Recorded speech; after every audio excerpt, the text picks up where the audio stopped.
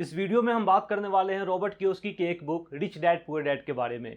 Rich dad poor dad ये book क्यों लिखा गया, किस बारे में लिखा गया और आपको क्या लेसन्स मिल सकते हैं इस बुक से जो आप अपनी लाइफ में इसे अभी अप्लाई कर सकें। इन सारे सवालों के जवाब आपको मिल जाएंगे इस वीडियो में, तो इस वीडियो को अंत तक ज़रूर देखें। दोस्तों, मेरा नाम है Masoom Razan. Welcome back to the channel success night. अगर आप इस चैनल पर नए आए हैं और आपको books and personal development topic में इंटरेस्ट है तो आप इस चैनल को सब्सक्राइब ज़रूर कर लें and also don't forget to hit the bell icon ताकि आपको सभी नए वीडियोस के नोटिफिकेशन मिल जाए सबसे पहले। So now without further ado let's start the video. दोस्तों, जैसे इस बुक के नाम रिच डैड पुअर डैड से जाहिर होता है कि इस बुक में दो डैड के बारे में बताया गया है, जो कि एक रिच है और एक पुअर है। इस बुक के ऑथर रॉबर्ट कियोसाकी ने अपने फादर को, जो खुद के फादर होते हैं, उनको पुअर डैड से संबोधित किया है और अपने खास दोस्त माइक के फादर को रिच डैड से संबोधित किया है।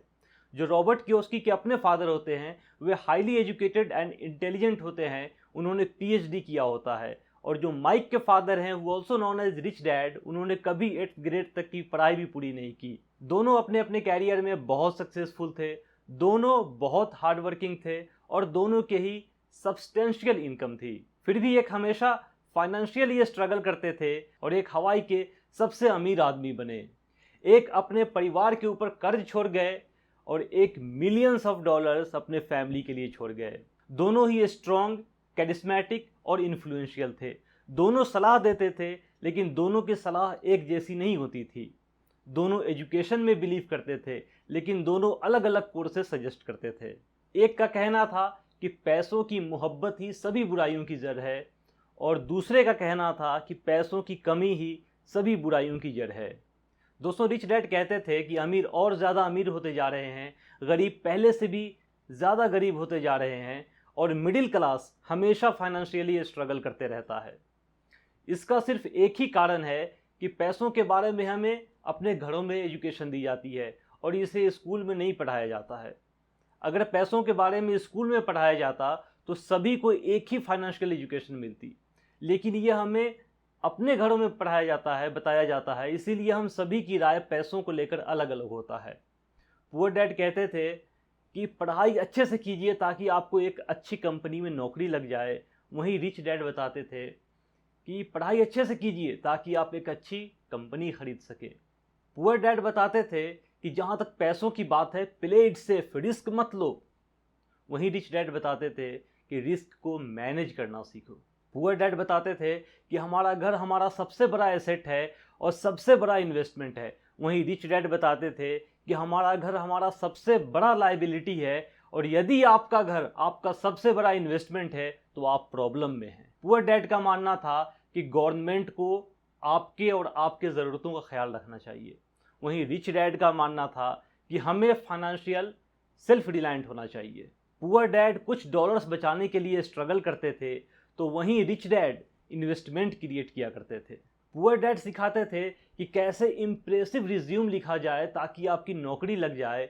वहीं रिच डैड सिखाते थे कि कैसे बिजनेस प्लान और फाइनेंशियल प्लान लिखा जाए ताकि आप जॉब क्रिएट कर सकें। पुअर डैड का मानना था कि हम कभी भी अमीर नहीं बन सकते। वहीं रिच डैड हमेशा खुद को अमीर बताते थे, यहाँ तक कि जब बिजनेस में कभी बहुत ज़्यादा लॉस भी होते थे तो वे कहते थे there is a difference between broke and poor, broke is temporary, poor is eternal. और अब दोनों में सबसे बड़ा डिफरेंस ये था कि पुअर डैड पैसों के लिए काम किया करते थे, वहीं रिच डैड के लिए उनका पैसा उनके लिए काम किया करता था। लेसन नंबर 1 इस बुक का, जो कि बहुत ही इंपॉर्टेंट है, वो ये है कि the poor and middle class work for money and the rich have money work for them. इसका मतलब ये है कि सिर्फ गरीब और मिडिल क्लास पैसों के लिए काम करते हैं, जो अमीर लोग होते हैं वो कभी पैसों के लिए काम नहीं करते, उनका पैसा उनके लिए काम करता है। आगे रॉबर्ट कियोसाकी लिखते हैं कि इससे कोई फ़र्क नहीं पड़ता कि आप कितना पैसा कमाते हैं, फ़र्क सिर्फ इस बात से पड़ता है कि आप कितना पैसा बचाकर उसका इन्वेस्टमेंट क्रिएट करते हैं। और पैसा बचाकर उसका इन्वेस्टमेंट क्रिएट करने के लिए आपका फाइनेंशियली लिटरेट होना बहुत ज़रूरी है। इसी पॉइंट से हमारा नेक्स्ट लेसन बनता है और ये दूसरा लेसन सबसे ज़्यादा इंपॉर्टेंट लेसन है जिसे हम बहुत ही डिटेल में समझेंगे इस वीडियो में। तो जो दूसरा लेसन है, वाई टीच फाइनेंशियल लिटरेसी, आपको फाइनेंस का नॉलेज होना क्यों ज़रूरी है। फिर से मैं रिच डैड के बात को दोहरा रहा हूँ, इससे कोई फ़र्क नहीं पड़ता कि आप कितना पैसा कमाते हैं। फ़र्क सिर्फ इस बात से पड़ता है कि आप कितना पैसा बचाकर उसका इन्वेस्टमेंट क्रिएट करते हैं। अमीर बनने के लिए आपको अपने कमाए हुए पैसों को सही जगह इन्वेस्ट करना आना चाहिए और इसके लिए आपको फाइनेंशियल एजुकेशन की ज़रूरत पड़ती है। अगर आप फाइनेंशियली लिटरेट नहीं होंगे तो बहुत चांसेस है कि आप अपना कमाया हुआ पैसा फिर से खो देंगे। आपने कितनी बार ऐसा सुना होगा कि कोई 22 लाख बहुत बड़ा अमाउंट लॉटरी में जीता और वो अचानक अमीर बन गया, लेकिन कुछ ही सालों के बाद ऐसी खबर आती है जिसने इतना बड़ा अमाउंट लॉटरी में जीता है उसके अब सारे पैसे ख़त्म हो चुके हैं। और ऐसा सिर्फ फाइनेंशियल एजुकेशन के कमी के कारण होता है। अगर किसी की सैलरी 30,000 रुपये है और सिर्फ फाइनेंशियल इलिटरेसी के कारण वो उसको मैनेज नहीं कर पाता, वो उसमें से कुछ भी बचत करके उसका इन्वेस्टमेंट नहीं क्रिएट कर पाता, तो रिच डैड कहते हैं कि अगर कोई 30,000 रुपये मैनेज नहीं कर पाता तो वो 30 लाख या 3 करोड़ भी मैनेज नहीं कर पाएगा, क्योंकि वो फाइनेंशियल इलिटरेट है, उसको पैसों की मैनेजमेंट के बारे में कुछ भी नहीं पता। रिच डैड बताते हैं अगर किसी को थोड़े पैसे को अच्छी तरह से मैनेज करना आता है तो उसके पास जब ज़्यादा पैसे आएंगे तो वो उसको भी अच्छे से ही मैनेज करेगा। और यही कारण है कि लॉटरी में बहुत सारा पैसा जीतने के बाद भी सिर्फ फाइनेंशियल इलिटरेसी के कारण वो उस पैसे को सही तरीके से मैनेज नहीं कर पाते और एक दिन वो सारा पैसा उनके हाथ से निकल जाता है। और ऐसा सिर्फ लॉटरी के केसेस में ही नहीं है, आप चाहे कितना भी पैसा क्यों ना कमा लें, फाइनेंशियल इलिटरेसी के कारण आप उस सारे पैसों को दोबारा लूज़ कर देंगे। आपने कितने ही ऐसे फिल्म सेलिब्रिटी या एथलीट्स के बारे में भी सुना होगा कि वे अपने कैरियर के दिनों में काफ़ी अच्छा खासा पैसा कमाए और आज वो फाइनेंशियली बहुत वीक हैं। इसका कारण सिर्फ इतना है कि उन्होंने पैसा तो बहुत कमाया बट उनको पैसों को मैनेज कैसे करना है ये नहीं आता था। तो पैसा कमाना भी बहुत ज़रूरी है, लेकिन सिर्फ कमाना ही ज़रूरी नहीं है। उस कमाए हुए पैसों को आप कहाँ इन्वेस्ट करें कि उससे पॉजिटिव कैश फ्लो जनरेट हो, ये जानना भी बहुत ज़रूरी है। पॉजिटिव कैश फ्लो, इस बात को ज़रूर याद रखिएगा, इसकी चर्चा हम आगे भी करेंगे। अगर आप बहुत सारा पैसा कमाए और उससे आपने बहुत महंगा घर खरीद लिया या गाड़ी खरीद लिए, उससे आपने कंज्यूमर प्रोडक्ट्स खरीद लिए, तो इन सारी चीज़ों से आप अमीर दिखोगे बट इन रियल आप अमीर बनोगे नहीं। फाइनेंशियल एजुकेशन के लिस्ट में सबसे पहले आपको फाइनेंशियल अकाउंटिंग का सीखना बहुत ज़रूरी है। चाहे ये सब्जेक्ट ऑफ अकाउंटिंग आपको कितना ही बोरिंग क्यों ना लगता हो, आपको ये सीखना ही पड़ेगा अगर आपका लॉन्ग टर्म गोल अमीर बनना है। तो अकाउंटिंग के एक टॉपिक को इस बुक में बताया गया है जो कि मैं समझता हूँ कि यह काफ़ी इंपॉर्टेंट है आपके लिए जानना, और ये टॉपिक है what is the difference between asset and liability.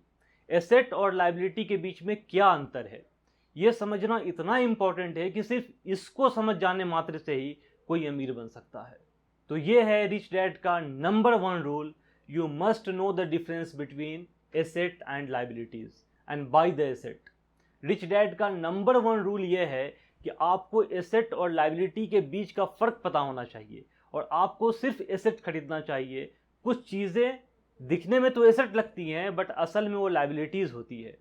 अमीर लोग सिर्फ और सिर्फ एसेट खरीदते हैं, वहीं गरीब और मिडिल क्लास एसेट समझकर दरअसल लाइबिलिटीज़ खरीद लेते हैं। सबसे बड़ी प्रॉब्लम गरीब और मिडिल क्लास लोगों के साथ ये है कि वे एसेट और लाइबिलिटीज़ के बीच का फ़र्क नहीं समझ पाते। अगर कोई सिर्फ एसेट और लाइबिलिटीज़ क्या है और इसमें क्या फ़र्क है सिर्फ इतना समझ ले और लाइबिलिटीज़ में इन्वेस्ट ना करके सिर्फ एसेट में इन्वेस्ट करे, तो वो सिर्फ इतना कर लेने मात्र से ही बहुत अमीर बन सकता है। तो आइए एसेट और लाइबिलिटीज़ के बीच का फ़र्क समझते हैं। इसे हमारे फाइनेंशियल एक्सपर्ट किस तरह से देखते हैं और इसे अमीर लोग किस तरह से देखते हैं, इसके बारे में थोड़ा बात करते हैं। इसे आपके लिए आसान बनाने के लिए बहुत ही सिंपल साधारण लैंग्वेज में पहले इसे समझते हैं। एसेट वो है जिससे हमारे पॉकेट में पैसा आता है और लाइबिलिटीज़ वो है जिसके कारण हमारे पॉकेट से पैसा बाहर जाता है। अब यहाँ पे हम अमीर और मिडिल क्लास के सोच में जो डिफरेंसेस है उसको समझते हैं। हमारे फाइनेंशियल एक्सपर्ट मिडिल क्लास या गरीब मेंटालिटी के लोग अपने घर जिसमें वो खुद रहते हैं और अपने कार जिसे वो खुद चलाते हैं, इनको वे एसेट समझते हैं। लेकिन जो अमीर लोग हैं वे अपने घर और कार को लाइबिलिटीज समझते हैं। ऐसा क्यों है कि गरीब और मिडिल क्लास एक चीज़ को एसेट समझते हैं और उसी चीज़ को अमीर लोग लाइबिलिटीज समझते हैं? अब आप याद करें, एसेट वो है जिससे हमारे पॉकेट में पैसा आता है और लाइबिलिटीज़ वो है जिसके कारण हमारे पॉकेट से पैसा बाहर जाता है। अब आप ये देखें कि जिस घर में आप रहते हैं और जो कार आप चलाते हैं, क्या उससे आपके पॉकेट में पैसा आता है या उसके कारण आपके पॉकेट से पैसा बाहर जाता है? घर और कार दोनों की ईएमआई पे करने से हमारे पॉकेट से पैसा बाहर जाता है। घर और कार दोनों के ही मेंटेनेंस पर हमारे पॉकेट से पैसा बाहर जाता है। तो इस सिचुएशन में आपका घर और आपका कार दोनों ही आपके लिए लायबिलिटीज़ है और एसेट भी है, लेकिन आपके लिए नहीं, ये बैंक का एसेट है, क्योंकि बैंक आपको दिए गए लोन पर 8 से 12% इंटरेस्ट लेता है और यदि आपने कुछ इंस्टॉलमेंट पे नहीं कर पाए तो बैंक आपके घर और कार को अपने कब्जे में लेकर नीलाम भी कर सकती है। तो अब बताइए कि आपका घर, आपका कार, आपका एसेट कैसे है? यदि आपका बिजनेस टैक्सी का है तो उसमें चलने वाली कार आपके लिए एसेट है। क्यों? इसलिए क्योंकि उस कार का ईएमआई, पेट्रोल, मेंटेनेंस, ड्राइवर की सैलरी, उन सारे खर्चों के बाद भी आपके पॉकेट में कुछ पैसे आते हैं, जिसे पॉजिटिव कैश फ्लो कहते हैं। यदि आप किसी रियल एस्टेट प्रॉपर्टी को रेंट पर लगाते हैं और उसके ईएमआईज, मेंटेनेंस, प्रॉपर्टी टैक्स, सब खर्चे के बाद अगर आपका कैश फ्लो पॉजिटिव है तो आपका रेंटल प्रॉपर्टी आपके लिए एसेट है। तो पहले आपको खुद के लिए घर और महंगे कार नहीं खरीदने हैं। पहले आपको पैसे उस जगह इन्वेस्ट करना है जहां से आपको पॉजिटिव कैश फ्लो आ सके, जिसे हम पैसिव इनकम भी कहते हैं। और तब तक आपको अपना घर और महंगे कार नहीं खरीदना है जब तक कि आपका पैसिव इनकम आपके टोटल मंथली एक्सपेंसेस से ज़्यादा ना हो जाए। और जब आपका पैसिव इनकम आपके टोटल मंथली एक्सपेंसेस से ज़्यादा हो जाता है तो इस लेवल पे आप वेल्थी कहलाते हैं और इसी लेवल को फाइनेंशियल फ्रीडम भी बोलते हैं, जहां आप अपने डे टू डे एक्सपेंसेस के लिए एक्टिवली काम नहीं करते और आपके डे टू डे एक्सपेंसेस के लिए आपका पैसिव इनकम भी काफ़ी होता है। अमीर और गरीब में सिर्फ इतना ही फ़र्क होता है कि गरीब मेंटालिटी के लोग अपने एक्टिव इनकम पर ही आश्रित रहते हैं, जबकि अमीर मेंटालिटी के लोग पहले खुद को फाइनेंशियली एजुकेट करते हैं, फिर अपने एक्टिव इनकम को अपने नॉलेज के हिसाब से कहीं इन्वेस्ट करते हैं, जिससे उनको पैसिव इनकम स्टार्ट हो जाए और धीरे धीरे ये ग्रो करते रहते हैं और एक दिन ये बहुत बड़े बन जाते हैं। Patience is very important here. जल्दबाजी मत करें, अमीर बनने में वक्त लगता है। गेट रिच क्विक वाले स्कीम से हमेशा बचिए। बहुत सारे फेक गुरु आजकल आ गए हैं यूट्यूब पे जो आपको गेट रिच क्विक जैसे स्कीम्स बताते हैं और ये भी बताते हैं कि कितना आसान है अमीर बनना। वो तो महीने का 1-1.5 करोड़ रुपए महीना कमाते हैं और सिर्फ आपको उनके कोर्सेस खरीदने हैं और आप भी अमीर बन जाओगे। बचना ऐसे फेक गुरुओं से, ये लूट लेंगे आपको। Patience, knowledge of right rule and practice in the right way is very important. आप पैसिव इनकम क्रिएट करने पे ध्यान दें, आप पैसिव इनकम को ग्रो करते रहिए और जब आपका पैसिव इनकम इतना हो जाए कि आप अपने घर और अपने कार का पेमेंट उसी पैसिव इनकम से कर सकें, तब जाकर आपको अपना घर और एक्सपेंसिव कार्स खरीदने चाहिए। और जब भी आपको अपना स्टैंडर्ड ऑफ लिविंग बढ़ाना हो तो आप पैसे को वहाँ इन्वेस्ट करें जहाँ से आपको पॉजिटिव कैश फ्लो यानी पैसिव इनकम जनरेट हो और उसी पैसिव इनकम से आप अपना स्टैंडर्ड ऑफ लिविंग भी बढ़ा सकते हैं। रॉबर्ट कियोस्की ने इस बुक में किसी दूसरे के लिए 9 to 5 जॉब करने को भी डिस्करेज किया है, क्योंकि यहाँ आपकी 100% इनकम एक्टिव होती है और अक्सर लोग एक्टिव इनकम को ही अपने डे टू डे एक्सपेंसेस के लिए खर्च करते हैं और इस साइकिल से वो कभी नहीं निकल पाते। लेकिन मेरा अपना पर्सनल मानना है कि अपने ज़िंदगी के शुरुआत में अगर आप ज़ीरो से शुरू कर रहे हैं तो आपको जॉब करना ही पड़ेगा, लेकिन अपने सैलरी से, अपने एक्टिव इनकम से आप घर या महंगी गाड़ियाँ ना लें। जितना हो सके उतना आप सैलरी में से कुछ हिस्सा बचा कर उसे वहाँ इन्वेस्ट करना शुरू करें जहाँ से आपको पॉजिटिव कैश फ्लो आना शुरू हो जाए। लेकिन कहीं भी इन्वेस्ट करना किसी दूसरे के सलाह से नहीं, आपको खुद को एजुकेट करना है और उसके बाद मार्केट में उतरना है। अगर आप खुद को एजुकेट किए बिना कहीं इन्वेस्ट करते हैं और खुदा ना खास्ता आपका पैसा वहाँ डूब जाता है तो आप उससे कुछ भी नहीं सीख सकते। लेकिन अगर आप खुद को एजुकेट करके अपने नॉलेज के हिसाब से इन्वेस्ट करते हैं और शुरू में आपसे कुछ गलतियां भी हो जाती हैं तो उससे सीख लेकर आप और भी ज़्यादा एक्सपीरियंस्ड इन्वेस्टर बन जाते हैं। और एक्सपीरियंस्ड उसे कहते हैं जिससे अच्छे एक्सपीरियंसेस के साथ साथ बुरे एक्सपीरियंसेस भी हो। उन्हें इस बात का भी पता हो कि बुरे वक्त में डील कैसे करना है और सिर्फ ये बैड एक्सपीरियंसेस से ही सीखा जा सकता है। देखें, आप सिर्फ किताब पढ़कर साइकिल नहीं चला सकते, आपको फिजिकली साइकिल चलाना पड़ेगा और उस क्रम में आप गिरेंगे भी और जैसे जैसे आप गिरकर संभलेंगे आप उतने ही अच्छे राइडर बनते चले जाएंगे। दोस्तों ये वीडियो काफ़ी लंबा हो गया, लेकिन बुक के कंटेंट के हिसाब से छोटा ही है। मैंने सिर्फ जो बहुत इंपॉर्टेंट लेसन्स हैं उसे ही इस छोटे से वीडियो में समझाने की कोशिश की है। और भी बहुत कुछ आप इस बुक से सीख सकते हैं, इसीलिए मैं सजेस्ट करूंगा कि आप इस बुक को ज़रूर पढ़ें। यदि आपको ये बुक खरीदना है तो मैंने यहाँ डिस्क्रिप्शन बॉक्स में और अपने पिंड कमेंट में इस बुक को ऑनलाइन ख़रीदने का लिंक दे दिया हूँ। आपको ये वीडियो कैसी लगी? अगर अच्छी लगी हो तो एक लाइक करके ज़रूर बता दें। यदि अभी तक आपने सक्सेस नाइट चैनल को सब्सक्राइब नहीं किया है तो consider subscribing it will definitely help you out guys. और ये मुझे भी मोटिवेट करती है आपके लिए और भी ज़्यादा वीडियोस बनाने को। दोस्तों अभी के लिए इतना ही, फिर मिलते हैं नेक्स्ट वीडियो में। Thank you.